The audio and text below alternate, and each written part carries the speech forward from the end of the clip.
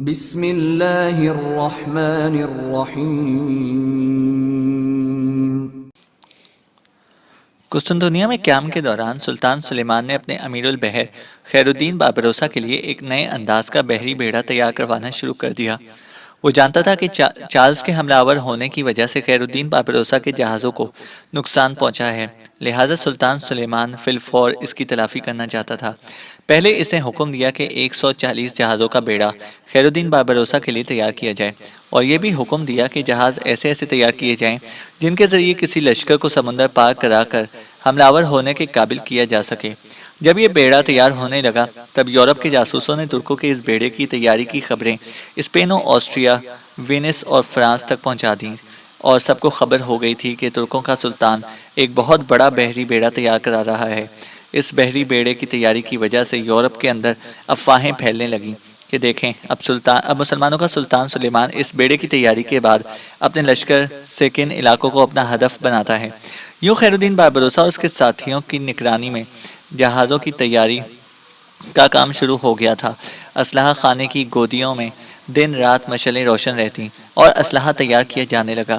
Barbarossa, ترغوت، حسن کرسو اور دوسرے سالار رات بھر جاگ کر اس کام کی نگرانی کرتے۔ جہازوں کے لیے لمبی اور بڑی بڑی توپیں تیار کی جانے لگی تھیں، جن کے متعلق کہا جاتا ہے کہ ان کا قطر 2 ہاتھ کے لگ بھگ تھا۔ اس کے علاوہ ان بحری جہازوں کے اندر کام کرنے کے لیے سلطان سلیمان نے عربوں اور ترکوں کو بھرتی کرتے ہوئے ان کی تربیت کا کام بھی شروع کر دیا تھا۔ انہی دنوں سمندر کے اندر ایک اور حادثہ اٹھ کھڑا ہوا، اور وہ یہ کہ مصر سے اناج کے بھرے ہوئے کچھ جہاز قسطنطنیہ کا رخ کر رہے تھے۔ یہ جہاز مسلمانوں کے تھے، اور قسطنطنیہ میں یہ خبر پہنچی کہ اسپین کے بادشاہ چارلز کا امیر البحر دوریا ان جہازوں پر حملہ آور ہو کر ان جہازوں پر قبضہ کرنے کی کوشش کرے گا۔ سرما اب ختم ہو چکا تھا اور بہار کا موسم آ چکا تھا۔ جب دوریا کے اناج کے جہازوں پر حملہ آور ہونے کی خبر قسطنطنیہ پہنچی، تب خیر الدین باربروسا ترغوت اور اس کے ساتھیوں پر جنون سا سوار ہو گیا تھا، اس لیے کہ گزشتہ کئی ماہ سے قسطنطنیہ کے اندر رہتے ہوئے جامد زندگی بسر کر رہے تھے، اور ایسی زندگی کو وہ پسند نہیں کرتے تھے۔ وہ ملاح تھے، سمندر کا کھنگالنا ان کا پیشہ تھا۔ سمندر کی موجوں اور اس کے اندر اٹھنے والے بے روک طوفانوں سے الجھنا ان کی زندگی کا مقصد تھا، اور وہ اپنی زندگی کا مقصد بنائے ہوئے تھے۔ لہٰذا جب مصر سے آنے والے ان جہازوں کے لیے خطرے کی خبر پہنچی، تب باربروسا نے فوراً سلطان سے اجازت لے لی کہ جس قدر جنگی جہاز اس کے پاس موجود ہیں انہیں لے کر وہ نکلے گا۔ نہ صرف اناج سے بھرے اپنے جہازوں کو حفاظت کے ساتھ قسطنطنیہ لائے گا، بلکہ ہسپانیہ کے امیر البحر دوریا کو بھی شکست دے کر مار بھگائے گا۔ سلطان سلیمان نے اس سے اتفاق کیا، اور خیر الدین باربروسا اور اس کے سارے سالاروں کو اس مہم پر جانے کی اجازت دے دی تھی۔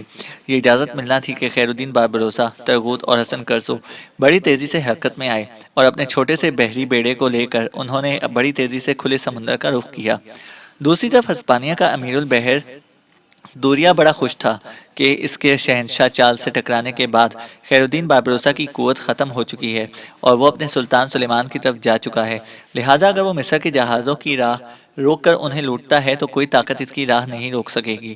انہی خیالات کو اپنے ذہن میں جنم دیتے ہوئے بڑی تیزی سے اس سمت میں سفر کر رہا تھا جس طرف سے قسطنطنیہ کا اناج لے کر جہاز مصر کی طرف سے آ رہے تھے۔ اچانک ایک جگہ سمندر کے اندر ہسپانیہ کے امیر البحر دوریا نے اپنے بحری بیڑے کو رک جانے کا اشارہ دیا، اس لیے کہ اب سمندر میں جنوب کی سمت اناج سے بھرے ہوئے جہاز آتے ہوئے دکھائی دینے لگے۔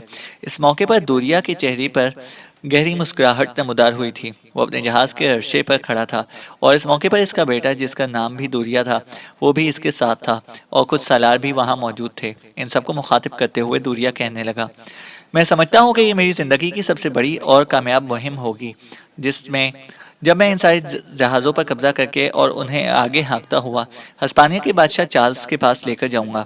یاد رکھنا، میری اس کارروائی سے اس کی نگاہوں میں نہ صرف میرا وقار پہلے سے کئی گنا بڑھ جائے گا، بلکہ وہ مجھے اور تم لوگوں کو ایسے انعامات سے بھی نوازے گا کہ تم لوگ عمر بھر کے لیے اپنی زندگی کی تگودوں سے آزاد ہو جاؤ گے۔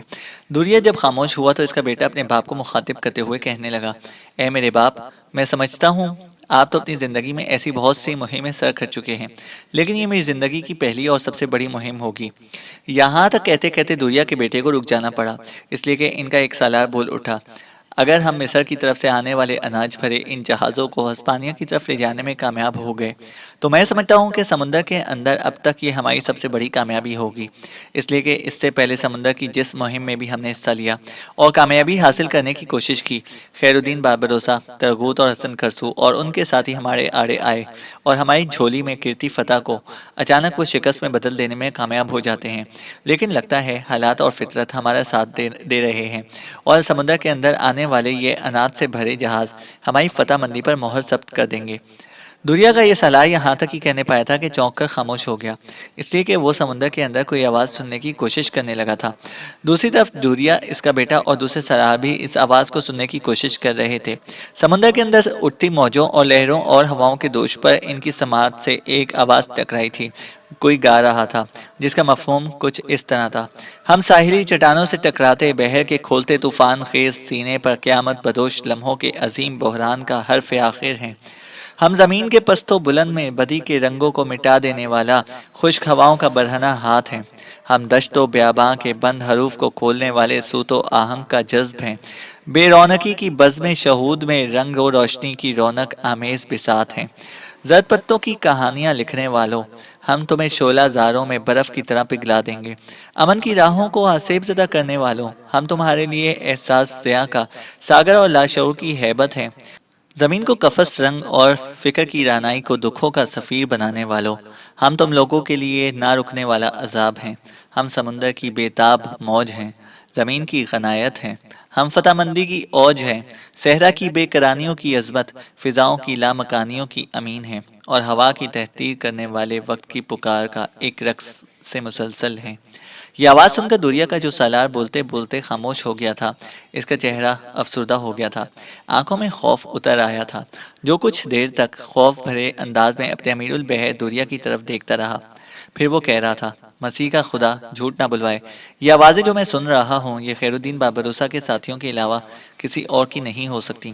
قسم یسوع مسیح کی کہ اس سے پہلے اپنے بحری بیڑے میں کام کرتے ہوئے سمندر کے اندر میں کئی بار ایسی آواز سن چکا ہوں۔ ایسی آوازوں کے بعد ہمیشہ سمندر کے اندر خیر الدین بابروسا ہی نمودار ہوا کرتا تھا اور ہمیں تہو بالا کر کے رکھ دیا کرتا تھا۔ میرے عزیز ساتھیوں، میں تمہیں تنبیہ کرتا ہوں کہ کوئی بہت بڑا طوفان، کوئی نہ رکنے والا عذاب، کوئی ہر چیز کو اپنے سامنے اڑا دینے والا اندھیاؤ ہمارا رخ کر رہا ہے۔ یہ طوفان، یہ اندھیاؤ، یہ عذاب، یہ کرب خیر الدین بابروسا اور اس کے ساتھیوں کے علاوہ کوئی اور نہیں ہو سکتا۔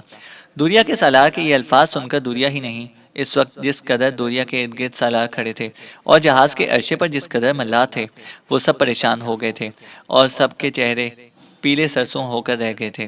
وہ اس تجسس میں پھنس گئے تھے کہ خیر الدین بابروسا تو قسطنطنیہ جا چکا تھا، وہ سمندر میں کیسے نمودار ہو گیا؟ ان کے ذہن میں یہ بھی شبہات اٹھ کھڑے ہوئے تھے کہ جس طرح کی خبریں ہمیں بتائی گئی ہیں، ان کے مطابق تو خیر الدین بابروسا قسطنطنیہ میں ایک بحری بیڑا تیار کرنے میں مصروف ہے اور اس بیڑے کو نہ جانے کس سمت چلا کر وہ تباہی اور بربادی کا باعث بنے گا۔ اپنے اس ملاح کے ان الفاظ پر دوریا بھی محتاط ہو گیا تھا۔ پھر وہ بلند آواز میں چلاتے ہوئے اپنے بحری بیڑے کے جہازوں کے سارے سالاروں کو اچانک کسی حملے کا مقابلہ کرنے کے لیے تیار رہنے کا حکم ثابت کر رہا تھا۔ جس وقت ہسپانیہ کا امیر البحر دوریا اپنے جہاز کے عرشے پر کھڑا ہو کر ناشر الصوت اپنے منہ سے لگائے خیر الدین بابروسا کے متوقع حملے سے متعلق اپنے ملاحوں کو مطلع کر رہا تھا، اس وقت اس کے ہر جہاز، اس کی ہر کشتی میں کام کرنے والے ملاحوں پر خیر الدین بابروسا کا نام سن کر ایک خوف سا طاری کر دینے والی کپ کپی اور ایک وحشت سی طاری ہونا شروع ہو گئی تھی۔ وہ جانتے تھے کہ خیر الدین بابروسا عالم اسلام کی وہ ہستی تھی جسے یورپ کے اکثر لوگ سمندر کا دیوتا کہہ کر پکارتے تھے، اور انہیں یہ بھی خبر تھی کہ کسی بھی موقع پر ماضی میں دوریا اس کے مقابل کامیابی حاصل نہ کر سکا تھا، اور جب بھی اسپین کا امیر البحر دوریا اس کے سامنے آیا، خیر الدین بابروسا نے کھلے سمندر کے اندر اسے نہ صرف بدترین شکست دی بلکہ اس کے ملاحوں کی اکثریت کو بھی کاٹ کر رکھ دیا۔ اسی بنا پر دوریا کے ملاح بھی لڑتے لرزنے لگے تھے اور اب وہ پچھتا رہے تھے کہ انہوں نے کیوں مصر سے آنے والے اناج سے بڑے جہازوں کا رخ کیا تھا۔ اب وہ ان جہازوں کو لوٹنے سے متعلق تو بالکل بے خبر ہو چکے تھے، وہ فراموش کر چکے تھے کہ وہ کس مہم پر نکلے ہیں۔ اب تو ان کے سامنے یہ مسئلہ اٹھ کھڑا ہوا تھا کہ خیر الدین بابروسا سے وہ اپنی جانیں کیسے بچائیں اور کیسے بھاگیں۔ وہ آوازیں اب آنا بند ہو گئی تھیں اور خاموشی و سکوت طاری ہو چکا تھا، اور اس خاموشی نے دوریا کے ساتھیوں پر اور زیادہ خوف و کرب طاری کر کے رکھ دیا تھا۔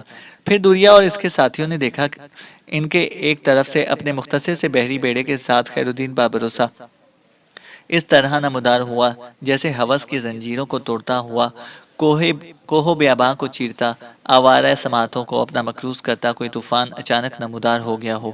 جب وہ قریب آئے تب دوریا اور اس کے ملاحوں نے دیکھا آگے آگے تین بڑے جہاز تھے۔ ایک جہاز کے عرشے پر خیر الدین بابروسا اور اس کا نائب امیر البحر ترغوت، دوسرے جہاز کے عرشے پر حسن کرسو اور کاکاد، تیسرے جہاز کے عرشے پر سنان اور سوالے تھے، اور ان کے پیچھے ان کا بحری بیڑا تھا۔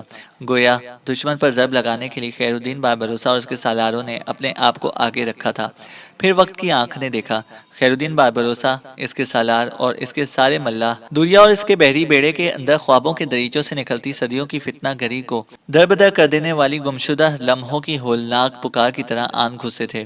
وہ دوریا کے بحری بیڑے پر زندگی کو لہو لہو کر دینے والی ہولناک عذاب، رتوں بدنوں کا نکھرا رنگ، خزاں رسیدہ پتوں کے زوال کا شکار کرتی آندھیوں اور زندگی کا رس چوس کر روحوں کو قبض کر لینے والوں کی طرح حملہ آور ہو گئے تھے۔ خیر الدین بابروسا، اس کے سارے سالاروں اور ملاحوں کا یہ حملہ ایسا زوردار تھا کہ دوریا اور اس کے سارے ملاح یہ محسوس کرنے لگے جیسے پاؤں تلے زمین اور سر پر کوئی سایہ نہ رہنے دینے والے جلتے سورج کے لامختم سفر نے انہیں اپنی گرفت میں لے لیا ہو۔ دوریا اور اس کے ملاحوں نے اپنی زندگی بچانے کے لیے دفاع کرنے کے بعد جارحیت اختیار کی۔ اپنی طرف سے انہوں نے چنگیز خان کی ساری ہلاکت خیزی، ہلاکوں کی ساری خونخواری سے کام لیتے ہوئے خیر الدین بابروسا کے اس حملے کو ناکام کرنے کی کوشش کی، لیکن وہ ایسا نہ کر سکے۔ خیر الدین بابروسا اور اس کے ملاح اب بڑی تیزی سے دوریا اور اس کے ملاحوں کو ایک طرف گھیرنے لگے تھے۔ انہوں نے چاروں طرف سے دوریا کے بحری بیڑے پر جسم و جاں اور صحراؤں کی اندھی وحشت اور خون آشام شاہینوں کی طرح جھپٹتے ہوئے حملے کرنا شروع کر دیے تھے، اور دشمن کے ملاحوں کو بڑی تیزی سے کاٹتے ہوئے ان کی تعداد بھی کم کرنا شروع کر چکے تھے۔ کھلے سمندر کے ابھرتے سینے پر تھوڑی دیر کے لیے خیر الدین بابروسا اور دوریا کے درمیان ہولناک جنگ ہوئی۔ پھر دوریا نے اندازہ لگا لیا کہ اگر اس نے خیر الدین بابروسا کے ساتھ اسی طرح جنگ جاری رکھی تو خیر الدین بابروسا اس کے سارے لشکر کو کاٹ کر رکھ دے گا اور ان کو سمندر میں ڈبو کر چلتا بنے گا۔ لہٰذا اپنے آپ کو بچانے کے لیے دوریا نے پسپائی اختیار کی، شکست کو تسلیم کیا اور بھاگ کھڑا ہوا۔ جس وقت دوریا اپنے بحری بیڑے کو لے کر بھاگا تب اپنے جہاز کے عرشے پر اپنے ہاتھ میں خون آلود تلوار لیے خیر الدین بابروسا نے بڑا ناشر الصوت اپنے منہ سے لگایا اور دوریا کو مخاطب کرتے ہوئے وہ بلند آواز میں کہہ رہا تھا، دوریا، تم یہ افواہ اڑا رہے تھے کہ میں تم سے چھپتا پھرتا ہوں۔ دیکھو، میں تم سے چھپتا پھرتا ہوں یا تم میرے آگے بھاگتے ہو؟ دوریا، میری ایک بات یاد رکھنا، عنقریب وہ وقت آنے والا ہے کہ یہ سمندر میرے بائیں ہاتھ کی مٹھی میں اور تمہارا اٹلی میرے دائیں ہاتھ کی مٹھی میں ہوگا، اور میں ان سب کو ہلا اور لرزا کر رکھ دوں گا۔ بہرحال دوریا کی شکست کھا کر بھاگ گیا، جبکہ خیر الدین بابروسا اناج لے کر آنے والے جہازوں کی طرف بڑھا اور انہیں اپنی حفاظت میں اپنے ساتھ لے کر قسطنطنیہ کا رخ کیا۔ شلمی قبیلے کا سردار صالح بن حلوان لیونش کی حویلی میں داخل ہوا۔ صحن سے گزرنے کے بعد جب دیوان خانے میں داخل ہوا تب وہاں اس وقت لیونش اکیلا بیٹھا ہوا تھا۔ صالح بن حلوان کو دیکھتے ہی لیونش اپنی جگہ پر اٹھ کھڑا ہوا۔ اس کی حالت سے لگتا تھا جیسے وہ بڑی بے چینی اور بڑی بےتابی سے صالح بن حلوان کا ہی انتظار کر رہا تھا۔ صالح بن حلوان جب دیوان خانے میں داخل ہوا تو لیونش نے آگے بڑھ کر بڑے پرزور انداز میں اس سے مصافحہ کیا۔ دونوں جب نشستوں پر بیٹھ گئے تب استفہامیہ سے انداز میں صالح بن حلوان نے لیونش کی طرف دیکھتے ہوئے گفتگو کا آغاز کیا۔ کیا آپ نے مجھے بلایا ہے؟ لیونش نے سوچ بچا کے انداز میں پہلے اسبات میں گردن ہلائی، پھر کمرے میں اس کی آواز گونجی، ابن حلوان، یقیناً میں نے تمہیں بلایا ہے، اور بلایا بھی ایک انتہائی اہم موضوع پر گفتگو کرنے کے لیے ہے۔ موضوع بھی ایسا ہے جس کے چاروں طرف خطرے ہیں، اور اگر ہم نے اپنے طریقے سے اس سے نپٹنے کی کوشش نہ کی تو نہ صرف میں خطرات میں پھنس جاؤں گا بلکہ تم بھی چاروں طرف سے اندیشوں میں گھر سکتے ہو۔ جب تک لیونش بولتا رہا بڑی فکر مندی اور بڑی تحیر خیز سے انداز میں صالح بن حلوان اس کی طرف دیکھتا رہا۔ جب وہ رکا تب ابن حلوان نے اسے مخاطب کیا، لیونش، یہ تم کس قسم کی گفتگو کر رہے ہو؟ کھل کر کہو، میں سمجھتا نہیں تم کیا کہنا چاہتے ہو۔ لیونش نے اپنے ہونٹوں پر زبان پھیری، پھر کہنے لگا، ابن حلوان، مسئلہ دراصل کچھ ایسا ہے کہ جن دو ملاحوں کو مار کر تمہاری حویلی کی دیوار کے اوپر ڈال دیا گیا تھا، اور اس واردات کے پیچھے ہمارے کچھ دشمنوں کا تعلق ہے۔ مرنے والے ان ماہی گیروں نے کھل کر تو نہیں بتایا، مگر میرے ساتھیوں کا کہنا ہے کہ انہوں نے دبے دبے الفاظ میں کچھ اس طرح اشارہ دینے کی کوشش کی تھی کہ کہتانی قبیلے کے سردار کعب بن عامر کی بیٹی نام جس کا معاذ ہے، وہ دو ایک بار ساحل پر حسن کرسو سے ملی تھی۔ لیونش رکا، پھر وہ دوبارہ کہہ رہا تھا، ابن حلوان، یہ مسئلہ بڑا سنگین ہے۔ میرے ساتھیوں کا کہنا ہے کہ 2 مرنے والے ماہی گیروں نے کھل کر انہیں بتایا کہ ماز حسن کرسو سے ملتی ہے، لیکن ان کا کہنا ہے کہ جس وقت حسن کرسو یہاں اپنے دادا کو ملنے آیا کرتا تھا تو اس کے جھونپڑے کے قریب انہوں نے حسن کرسو اور ماز کو قریب قریب کھڑے دیکھا تھا۔ انہوں نے مجھ سے یہ تو نہیں بتایا کہ حسن کرسو سے ماز کا کوئی تعلق یا واسطہ ہے، لیکن میں یہ سوچنے پر مجبور ہوں کہ آخر کعب بن عامر کی بیٹی ماز حسن کرسو سے کیوں ملی، کیوں اس کے پاس جا کر کھڑی ہوئی تھی؟ آخر ان دونوں کے درمیان کوئی تعلق، کوئی واسطہ، کوئی رابطہ تو نہیں؟ لیونس جب خاموش ہوا تب کسی قدر فکر انگیز انداز میں اس کی طرف دیکھتے ہوئے تفکرات بھری آواز میں ابن حلوان کہنے لگا، لیونش، اگر مرنے والے ان ماہی گیروں نے اشارہ کیا تھا کہ انہوں نے حسن کرسو کے قریب کعب بن عامر کی بیٹی ماس کو دیکھا تھا، تو پھر اس کے رد عمل کے طور پر آپ کیا کرنا چاہتے ہیں؟ لمحہ بھر کے لیے لیونش اپنی گردن جھکا کر سوچا، پھر دوبارہ وہ کہہ رہا تھا، ابن حلوان، میں چاہتا ہوں کہ کسی طرح کعب بن عامر کی بیٹی ماس کو اٹھا کر یہاں لایا جائے، حسن کرسو سے متعلق اس سے تفتیش کی جائے، پوچھ گچھ کی جائے، سختی سے بھی کام لیا جائے۔ اگر وہ مان جائے کہ حسن کرسو سے ملتی رہی ہے، اس کے ساتھ اس کا رابطہ تعلق رہا ہے، تو پھر ہم اس سے یہ جاننے کی کوشش کریں گے کہ جب اپنی ماں اور بہن کو لے کر حسن کرسو یہاں آیا تھا تب اس نے کہاں پناہ لی، کہاں چھپ گیا اور کس طرح ہمارے ہاتھوں سے بچ گیا۔ میرے خیال میں اگر کعب بن عامر کی بیٹی معاذ اس راز سے پردہ اٹھا دے تو پھر حسن کرسو کے خلاف حرکت میں آنا ہمارے لیے آسان ہو جائے گا۔ جواب میں سالم بن حلوان کہنے لگا، لیونش، اگر معاذ نے انکار کر دیا کہ وہ حسن کرسو کو نہیں جانتی، نہ اس سے کوئی رابطہ ہے، تو پھر کیا کرو گے؟ اس پر سختی کریں گے، سالم بن حلوان کی طرف دیکھتے ہوئے لیونش نے کہا۔ اگر وہ پھر بھی نہ مانی تب؟ خوفزدہ انداز میں سالم بن حلوان نے لیونش کو مخاطب کیا۔ اگر وہ پھر بھی نہ مانی تو میں سمجھتا ہوں اسے رہا کر دیں گے اور اسے گھر جانے دیں گے۔ لیونش جب خاموش ہوا تب سالم بن حلوان کہنے لگا، لیونش، یہ قدم سوچ سمجھ کر اٹھانا چاہیے، معاملہ بڑا سنگین ہے۔ کسی کی بیٹی کو اٹھا کر یہاں اس طرح لانا ایک طوفان بھی کھڑا کر سکتا ہے۔ اس پر لیونش چھاتی تان کر یہ کہنے لگا، کوئی طوفان نہیں اٹھے گا، زیادہ سے زیادہ یہی ہوگا کہ کہتانی قبیلے کا سردار کعب بن عامر یا اس کا ہمنوا عدنانی قبیلے کا سردار سعد بن سلامہ اٹھ کھڑا ہوگا۔ اگر ان دونوں نے ایسا کرنے کی کوشش کی اور اپنے مسلح جوانوں کے ساتھ وہ ہمارے خلاف حرکت میں آئے تو میں سمجھتا ہوں ان دونوں کو کچل کر رکھ دیا جائے گا۔ اس پر غور و تفکر میں ڈوبے رہنے کے بعد سالم بن حلوان پھر بول اٹھا، لیونش، تم نہ حالات کو سمجھ رہے ہو اور نہ البشرات کی سیاست کو جانتے ہو۔ اگر یہ سردار یعنی کعب بن عامر اور سعد بن سلامہ دونوں اٹھ کھڑے ہوئے تو یاد رکھنا پوری البشرات کی وادی کے اندر ایک آگ بھڑک اٹھے گی، ایک ایسی بغاوت اٹھے گی جو ایک بار برسوں پہلے اٹھی، جس میں ہسپانیہ کے بڑے بڑے اعلیٰ جرنیل و سالار اور لشکری اس بغاوت کے دوران موت کا لقمہ بن گئے تھے۔ لہٰذا میں تم سے کہوں گا کہ کعب بن عامر کی بیٹی کے متعلق کوئی فیصلہ بہت سوچ سمجھ کر کرنا، اس لیے کہ یہ ایک لڑکی کا، ایک خاندان کی عصمت و عفت کا معاملہ ہے۔ اگر اس میں کعب بن عامر کا بیٹا ملوث ہوتا تو پھر معاملہ کچھ اور ہوتا۔ ہم کعب بن عامر سے اجازت لے کر بھی اس سے پوچھ گچھ کر سکتے تھے، لیکن یہاں معاملہ اس کی بیٹی کا ہے۔ اگر ہم اسے یہ کہتے ہیں کہ وہ حسن کرسو سے ملتی رہی ہے تو اس طرح سے ہم پر اس پر الزام تراشی بھی کریں گے۔ کعب بن عامر اور اس کے لواحقین کسی بھی صورت اسے برداشت نہیں کریں گے۔ ذرا سوچو، ہم کعب بن عامر کی بیٹی کو کس طرح اٹھائیں گے؟ جب تمہارے ہم نوا اسے اٹھا رہے ہوں گے اور کسی نے دیکھ لیا تو یاد رکھنا جو لوگ اسے اٹھانے جائیں گے وہ اپنی جانوں سے ہاتھ دھو بیٹھیں گے۔ اس بنا پر لیونش، میں تم سے کہتا ہوں کہ اس معاملے میں انتہائی غور و فکر کے بعد ہی کوئی مناسب قدم اٹھانا۔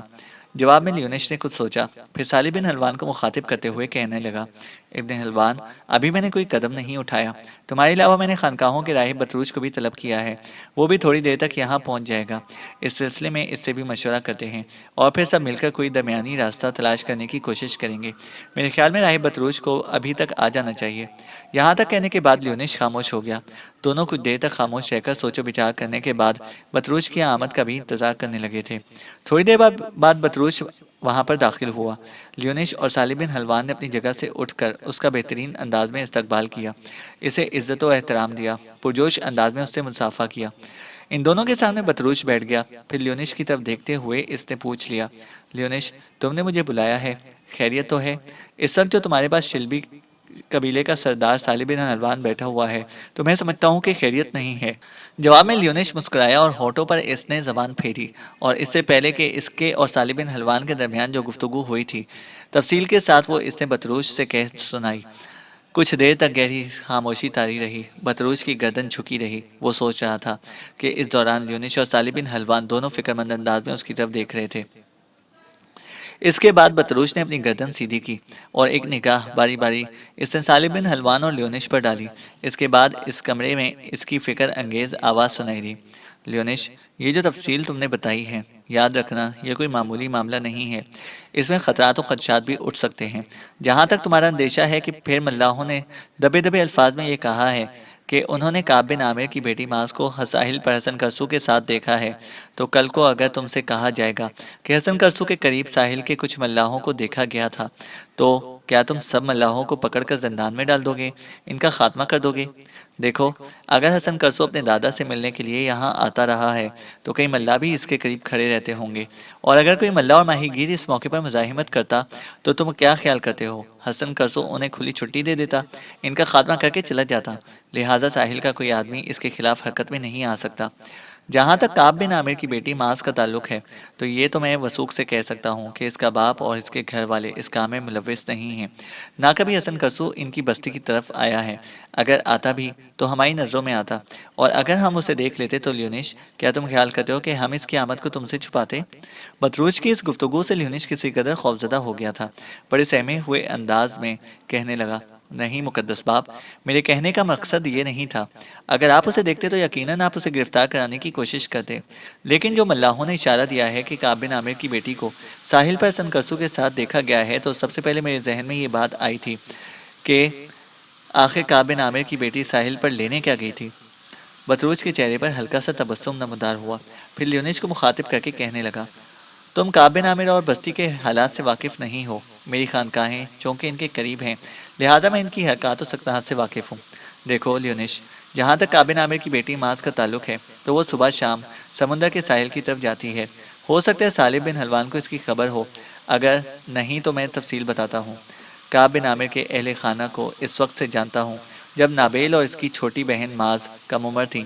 بچپن سے ہی ان کا یہ طریق رہا ہے کہ وہ اپنے غلام بسیط کے ساتھ صبح و شام گھڑ دوڑ کے لیے ساحل سمندر کی طرف جاتی رہی ہیں۔ اب کعب بن عامر کی بڑی بیٹی کی نابیل کی تو شادی ہو چکی ہے، جبکہ معاذ حسب معمول اپنے غلام بسیط کے ساتھ صبح و شام ساحل سمندر کی طرف جاتی ہے۔ ہو سکتا ہے کہ وہ کسی صبح یا کسی شام کو ساحل کی طرف گئی ہو اور اپنے دادا سے ملنے کے لیے حسن کرسو آیا ہو، اور کسی ماہی گیر نے ان دونوں کو قریب کھڑے دیکھ لیا ہو۔ میں سمجھتا ہوں یہ کوئی بڑا اور خطرناک واقعہ نہیں ہے، اور اس سلسلے میں یہاں تک کہتے کہتے بطروچ کو رک جانا پڑا، اس لیے کہ اس کی بات کاٹتے ہوئے لیونش بول اٹھا، محترم بطروچ، کیا آپ چاہتے ہیں ہمیں اس سلسلے میں کعب بن عامر کی بیٹی سے کوئی باز پرس نہیں کرنی چاہیے؟ یہ بھی تو ہو سکتا ہے کہ اس کے حسن کرسو کے ساتھ کوئی تعلقات ہوں اور گھر والوں کو خبر نہ ہو، ایسی صورت میں تو ہم اس سے بہت مفید سی معلومات حاصل کر سکتے ہیں۔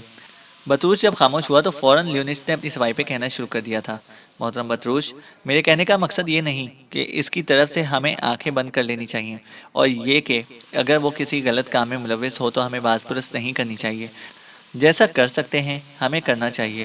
میرے کہنے کا مقصد یہ تھا کہ اس سلسلے میں ہمیں احتیاط برتنا ہوگی، یہ لڑکی کا معاملہ ہے، اس سلسلے میں اگر کوئی نوجوان ملوث ہوتا تو اتنی بڑی بات نہ ہوتی، لیکن لڑکی کے معاملے میں کئی قباحتیں کھڑی ہو سکتی ہیں۔ اس کی عزت، اس کی عفت اور اس کی عصمت کو نگاہ میں رکھتے ہوئے بڑے دھیمے اور ٹھنڈے مزاج کے لوگ برہم ہو کر اٹھ کھڑے ہوتے ہیں۔ آپ جانتے ہیں ماضی میں ان حالات کی وجہ سے کئی بار البشرات فساد کی صورت اختیار کر چکا ہے۔ اگر آپ کعب بن عامر کی بیٹی معاذ کو پکڑ کر اس سے معلومات حاصل کرنا ہی چاہتے ہیں تو اس سلسلے میں بڑی رازداری، بڑی دانش مندی سے کام لینا ہوگا۔ بطروچ جب خاموش ہوا تو اس کی طرف غور سے دیکھتے ہوئے لیونش نے کہنے لگا، آپ کی آمد سے پہلے میں اس موضوع پر صالب بن حلوان سے گفتگو کر رہا تھا۔ اس گفتگو کو میں نے انجام اس لیے نہیں دیا کہ آپ کی آمد کا انتظار تھا۔ اب میں آپ ہی سے پوچھتا ہوں، ہمیں اس معاذ کے ساتھ کیا معاملہ کرنا چاہیے؟ یہاں تک کہنے کے بعد لیونش رکا، پھر اپنی بات کو آگے بڑھاتے ہوئے وہ کہہ رہا تھا، عظیم بطروچ، البشرات میں جتنے عرب قبائل ہیں ان کی فطرت، ان کی سرشت سے میں بھی اچھی طرح واقف ہوں، لہٰذا ہمیں معاذ پر ہاتھ ڈالنے کے لیے کوئی بڑا ہی محتاط طریقہ استعمال کرنا ہوگا۔ ہم نہ تو کعب بن عامر کی حویلی میں جا کر اس کو گرفتار کر سکتے ہیں، نہ ہی دن کے وقت ہمارے آدمی اس پر گرفت کر سکتے ہیں، اس لیے کہ اگر کسی کو خبر ہو گئی کہ میں نے صالب بن حلوان نے کعب بن عامر کی بیٹی معاذ کو اٹھانے کی کوشش کی ہے، تو میں سمجھتا ہوں کہ میرے اور صالب بن حلوان کے خلاف ان علاقوں میں وہ طوفان اٹھے گا جسے سر کرنا اگر ناممکن نہیں تو مشکل ضرور ہو جائے گا۔ اسی لیے میں چاہتا ہوں کہ بطروش آپ کوئی ایسا طریقہ بتائیں کہ سانپ بھی مر جائے اور لاٹھی بھی نہ ٹوٹے، ہمارا کام بھی ہو جائے اور ماس کو پکڑ کر ہم احسن طریقے پر معلومات بھی حاصل کر لیں، اور اس سلسلے میں اس کے ماں باپ اور عرب قبائل کی طرف سے کسی کے رد عمل کا اظہار نہ ہو۔ بطروش تھوڑی دیر تک گردن جھکا کر سوچتا رہا، بڑا فکر مند پریشان ہو گیا تھا۔ کچھ دیر خاموشی رہی، پھر بطروش نے لیونیش کی طرف دیکھتے ہوئے کہنا شروع کیا، اس سلسلے میں میرے ذہن میں ایک ترکیب آئی ہے۔ بطروش کے ان الفاظ پر سالم بن الفان چونکا تھا، وہاں لیونیش بھی بڑے اشتیاق سے بڑے انداز میں اس کی طرف دیکھنے لگا تھا۔ فوراً بولا، بطروش میرے عزیز، اگر آپ کے ذہن میں کوئی ایسی ترکیب ہے کہ ہمارا کام ہو جائے تو آپ کہیں وہ کیا ہے؟ جواب میں لمحہ بھر کے لیے باری باری بطروش نے سالم بن حلوان اور لیونیش کی طرف دیکھا اور پھر کہنے لگا، لیونیش میرے عزیز، تم جانتے ہو یا جیسے کہ میں پہلے بتا چکا ہوں کہ ماذ اپنے غلام بسیط کے ساتھ صبح اور شام گھڑ دوڑ کے لیے ساحل کی طرف جاتی ہے۔ آپ کچھ دن انتظار کریں، پھر میں ایک دن مقرر کروں گا، دن کی اطلاع تمہیں دے دوں گا، تم اس دن کے لیے تیار رہنا، اپنے مسلح جوانوں کو بھی تیار کر لینا۔ لائحہ عمل کچھ اس طرح ہوگا کہ جو روز مقرر کیا جائے گا، اس روز محاذ اپنے غلام بسیط کے ساتھ ساحل سے سمندر کا رخ کرے گی، تو میں اور میرے چند راہب بھی ساتھ ہو لیں گے۔ آپ جانتے ہیں کہ ہم راہب بھی کبھی کبھی گھڑ دوڑ کے لیے نکل کھڑے ہوتے ہیں، اس روز میں اور میرے ساتھی بھی ایسا ہی کریں گے۔ تب محاذ اور بسیط کے ساتھ میرے اور میرے ساتھیوں کے جانے کی وجہ سے معمول میں یہ فرق آئے گا کہ ہم محاذ اور بسیط کو زیادہ دیر ساحل پر روک لیں گے، باتوں باتوں میں زیادہ وقت گزار دیں گے۔ جب سورج غروب ہو جائے گا، اندھیرا پھیلنا شروع ہو جائے گا، تب ہم معاذ اور بسیط کو رخصت کر دیں گے۔ اس طرح معاذ اور بسیط جب ساحل سمندر سے اپنی بستی کی طرف آئیں تو راستے میں آپ کے مقرر کردہ مسلح جوان ان پر وارد ہو جائیں، دونوں کو اٹھا لیں اور یہاں لے آئیں، اور ان سے اپنے مطلب کی اطلاعات مل جائیں تو پھر انہیں یہیں روک لیا جائے، اور نہ ملے تو انہیں واپس جانے دیا جائے تاکہ کوئی بڑا فساد نہ اٹھے۔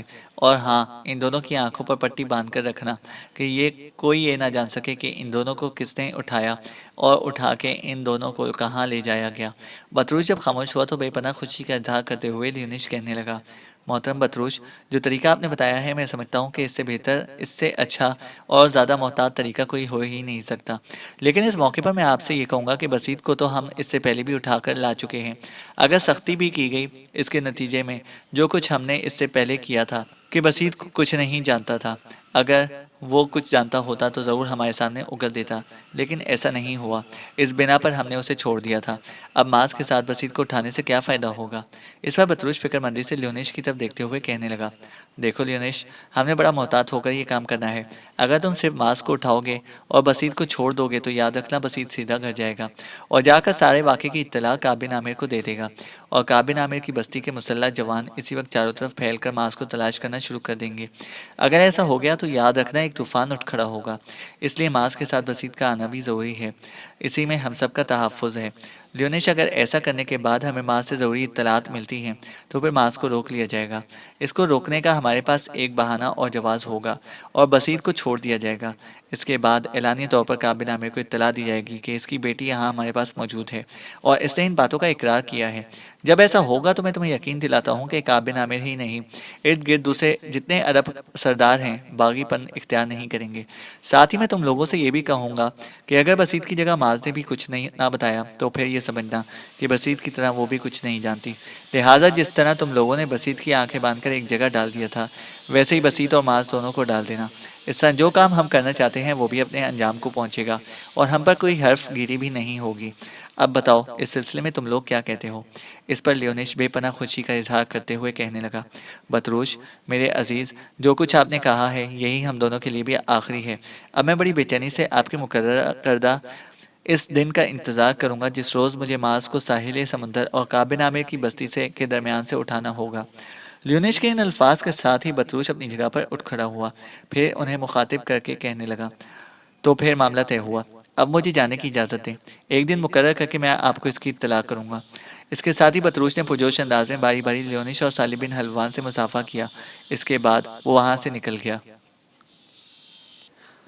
سلطان سلیمان اپنے عالی شان قصر کے ایک کمرے میں بیٹھا ہوا تھا کہ ایک حاجب اندر آیا۔ سلطان سلیمان کو تعظیم دینے کے بعد اسے مخاطب کر کے کہنے لگا، سلطان محترم، فرانس کا ایک سفیر نام جس کا لافورے ہے، وہ قسطنطنیہ میں داخل ہوا ہے اور آپ کی خدمت میں حاضر ہونے کی التجا کرتا ہے۔ سلطان سلیمان کے لبوں پر ہلکا سا تبسم نمودار ہوا، پھر اپنے داروغہ کو مخاطب کر کے کہنے لگا، یہ فرانسیسی سفیر بار بار ہمارے پاس آ جاتے ہیں، آخر یہ ہم سے کیا چاہتے ہیں؟ اس پر داروغہ نے سر کو خم کیا اور کہنے لگا، سلطان محترم، میں نے اسے استفسار نہیں کیا کہ وہ کس کام کے لیے حاضر ہوا ہے، تاہم اجازت دیں تو آپ کی خدمت میں اسے پیش کروں۔ سلطان منہ سے کچھ نہ بولا، مسکراتے ہوئے جب اس نے اسبات میں گردن ہلائی، تب داروغہ باہر نکل گیا۔ تھوڑی دیر بعد فرانسیسی سفیر جس کا نام لافورے تھا، وہ کمرے میں داخل ہوا۔ کمرے میں اس وقت سلطان کے پاس اس کے محافظ دستوں کے سالار کے علاوہ دوسرے بڑے سالار و وزیر عمائدین بھی بیٹھے ہوئے تھے۔ سلطان کو تعظیم دینے کے بعد لافورے نے اپنا تعارف کروایا، پھر جب سلطان نے ایک نشست کی طرف اشارہ کیا تب وہ بیٹھ گیا۔ اس کے بعد اس کمرے میں سلطان کی آواز سنائی دی، کہو تمہارے بادشاہ فرانسس نے اب کس مقصد کے تحت تمہیں میری طرف روانہ کیا ہے؟ لافورے سے متعلق مورخین لکھتے ہیں کہ یہ بڑا شائستہ اور بڑا دانشمند شخص تھا۔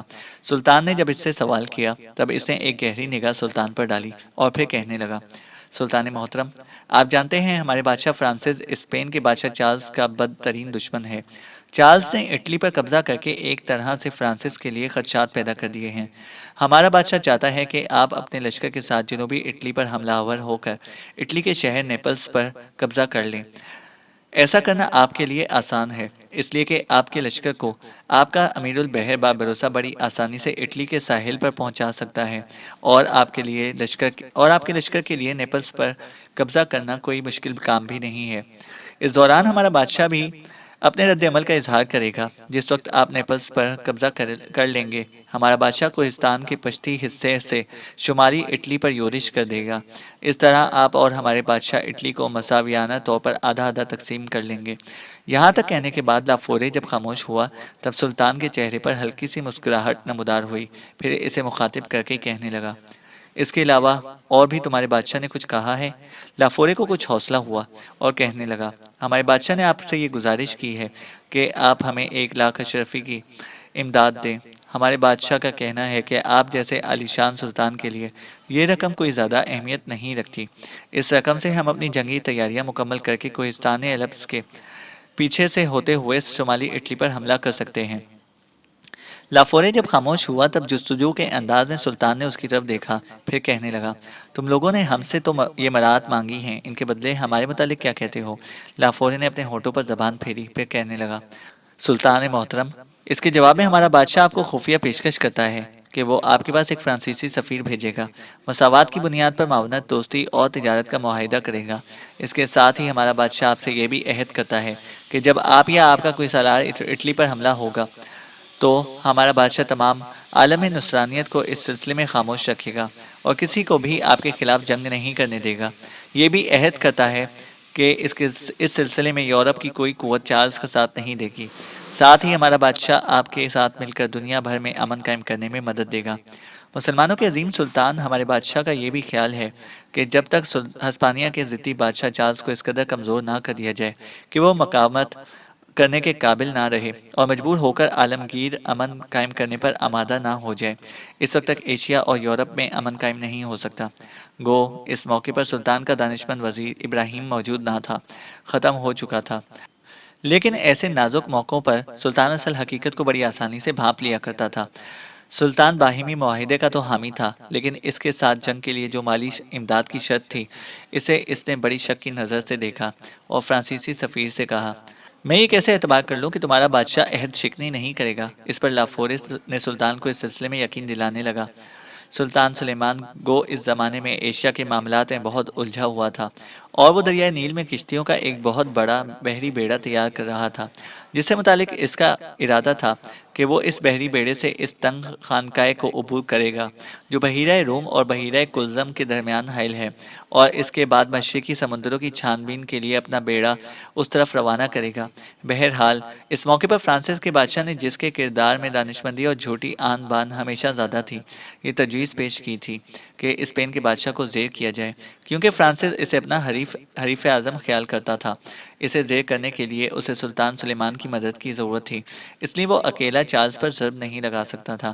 اٹلی کی حیثیت چونکہ چارلز کے مقبوضہ جات کی تھی، لہٰذا فرانسس جانتا تھا کہ جب اٹلی پر حملہ آور ہوا تو اٹلی کی حفاظت کے لیے چارلز ضرور آئے گا، اور جب زندگی میں پہلی بار چارلز کے لشکروں کا واسطہ ترکوں سے پڑے گا تو پھر جنگ کے دوران ترک چارلز اور اس کے لشکریوں کو دھان کی بوائی کے لیے بننے والے کھیت کی طرح کھنگال کر رکھ دیں گے۔ فرانس کے بادشاہ کی اس پیشکش میں بڑی ترغیب تھی۔ سلطان سلیمان خود چاہتا تھا کہ اسپین کے بادشاہ چارلز کو ایسے محاذ پر کھینچ لانا چاہیے جہاں اسے ترکوں کے لشکر سے پالا پڑے اور ترک اسے زیر کریں اور اس کا سارا گھمنڈ اور تکبر جاتا رہے، اور ساتھ ہی وہ یہ بھی چاہتا تھا کہ یورپ کی سرحدوں پر امن اور عافیت ہونی چاہیے، اور یہ اس کی اولین خواہش تھی۔ لہٰذا اس نے تھوڑی سی ہچکچاہٹ کے ساتھ لافورے کی اس پیشکش کو قبول کر لیا۔ اس طرح لافورے کے ذریعے فرانسس اور سلطان سلیمان کے درمیان دائمی دوستی اور تجارت کے معاہدے پر سمجھوتا ہو گیا، جو ترکوں اور فرانسیسیوں کو ایک دوسرے سے مربوط کر سکتا تھا۔ سلطان سلیمان اور فرانس کے بادشاہ فرانسس کے درمیان ہونے والے اس معاہدے کے ذریعے سلطان نے فرانسیسیوں کے تجارتی بیڑوں کو محصول سے بری کر دیا تھا اور اپنی سلطنت میں انہیں تجارت کی بھی سہولتیں عطا کی تھیں جو خود ترکوں کو حاصل تھیں۔ ساتھ ہی وہ حقوق بھی حاصل رہے جو غیر ملکیوں کو حاصل ہوتے تھے۔ اس کے علاوہ سلطان سلیمان نے فرانسیسیوں کے لیے یہ رعایت بھی کر دی تھی کہ مسلمانوں کی سلطنت میں ان کے کلیسا، ان کی عدالتیں، ان کے ذاتی معاملات فرانسیسی پرچم تلے رہیں گے اور وہ ترکوں کے قوانین کے پابند نہ ہوں گے۔ یہ معاہدہ، جسے معاہدہ مراعات خصوصی کا نام دیا گیا تھا، بڑا اہم تھا۔ اس کی وجہ سے فرانسیسی قوم کو ترکوں کی سلطنت میں اوروں کے مقابلے میں ترجیحی حقوق حاصل ہو گئے تھے۔ سلیمان کی یہ خواہش پوری ہو گئی کہ یورپ کی بڑی قوموں میں سے ایک سے اس کا عملی رابطہ قائم ہو گیا ہے، لیکن اس سے مشرقی اقوام کے درمیان یورپ والوں کو ایک طرح کا نیا حق بھی مل گیا، اور وہ یہ کہ ان پر مشرقی حکومت اور ان کے حکمرانوں کا ڈر باقی نہ رہا۔ اسی صلح کے نمونے پر چین جیسی دور دراز مملکت تک سے معاہدے ہوتے رہے۔ مورخین لکھتے ہیں کہ فرانسیسیوں سے اس قسم کا معاہدہ کر کے سلطان سلیمان نے غلطی کی تھی، اس لیے کہ اس وقت ترکوں کی طاقت انتہائی عروج پر تھی اور ان کے مقابلے پر فرانس کی ایک کمزور ملک تھا۔ لیکن جب ترک اور ایشیا کی دوسری قومیں کمزور ہو گئیں تو اپنی مراعات کی وجہ سے ایشیا یورپ کی چیرہ دستیوں کا نمونہ بھی بن گیا تھا۔ مورخین مزید لکھتے ہیں کہ اس معاہدے کے عملی اثرات فوراً ہی ظاہر ہوئے۔ ترکوں کی سلطنت فرانسیسیوں کے لیے ایک طرح کی شاہی نو آبادی بن گئی، جس کی وجہ سے فرانسیسیوں کو مشرقی سمندروں تک پہنچنے کا پہلا موقع ملا۔ اسی زمانے میں یورپ کے دوسرے ملک تجارت کی غرض سے فرانسیسی پرچم تلے سفر کرنے لگے۔ کیونکہ فرانسیسیوں کو تجارتی تحفظات کا عہد دے دیا گیا تھا، اس لیے اس معاہدے کی دفاع کی روح سے یروشلم کے مقامات مقدسہ بھی انہی کے تحفظ میں سمجھے جانے لگے تھے۔ فرانس کے ساتھ سلطان سلیمان کے اس معاہدے کی صرف اتنی اہمیت تھی کہ اس معاہدے کے ذریعے چارلز کے خلاف جو جنگ کرنے کا خفیہ عہد ہوا تھا، اس کی پردہ داری کی جائے، لیکن یہ پردہ داری زیادہ عرصہ تو قائم نہ رہ سکی۔ بعد میں جب یورپ والوں کو پتہ چلا کہ فرانس کے بادشاہ نے یورپ کے حکمرانوں کو چھوڑ کر مسلمان سلطان کے ساتھ ایسا معاہدہ کیا ہے تو انہوں نے اس معاہدے کا نام ملحدانہ اتحاد رکھا اور فرانس کے بادشاہ کو لعنت ملامت کی۔ بعد میں جب اس معاہدے کی خبر اہل وینس کو ہوئی تو وینس والوں پر اس کا اثر یوں ہوا جیسے کسی کے سینے میں بھرپور خنجر گھونپ دیا گیا ہو، اس لیے کہ وینس والے سمندری تجارت پر اپنی حکومت سمجھتے تھے، لیکن اس معاہدے کی روح سے ترکی سمندروں میں فرانسیسی تجارت میں ان سے بازی لے گئے تھے اور ان کی تجارت ان کے ہاتھ سے چھینتی ہوئی دکھائی دیتی تھی۔ رد عمل کے طور پر انہوں نے اپنی تجارت کو بحال کرنے کے لیے جان توڑ جدوجہد شروع کر دی تھی۔ بہرحال سلطان سلیمان اور فرانس کے بادشاہ کے درمیان خفیہ معاہدہ ہو گیا جس کی ابھی تک اہل یورپ کو خبر نہ ہوئی تھی۔ اسی دوران خیر الدین باربروسا اناج سے بھرے ہوئے جہازوں کو بحفاظت لے کر قسطنطنیہ آ گیا اور یہاں سلطان سلیمان سے صلح مشورہ کرنے کے بعد اس نے اپنے کارندے اور طلایہ گر یورپی ملکوں اور خصوصیت کے ساتھ اسپین کی طرف پھیلانا شروع کر دیے تھے، جنہوں نے یہ خبر مشہور کر دی کہ خیر الدین باربروسا بکنا چاہتا ہے۔ خیر الدین باربروسا کے ان مخبروں نے یورپ اور اسپین کے عیسائیوں میں یہ خبریں بھی پھیلانا شروع کر دی کہ باربروسا اور سلطان سلیمان کے درمیان اختلافات ہی نہیں پیدا ہو گئے بلکہ باربروسا اور سلطان سلیمان کے سالار اعلیٰ لطیفی پاشا کے درمیان بھی کافی اختلافات پیدا ہو چکے ہیں۔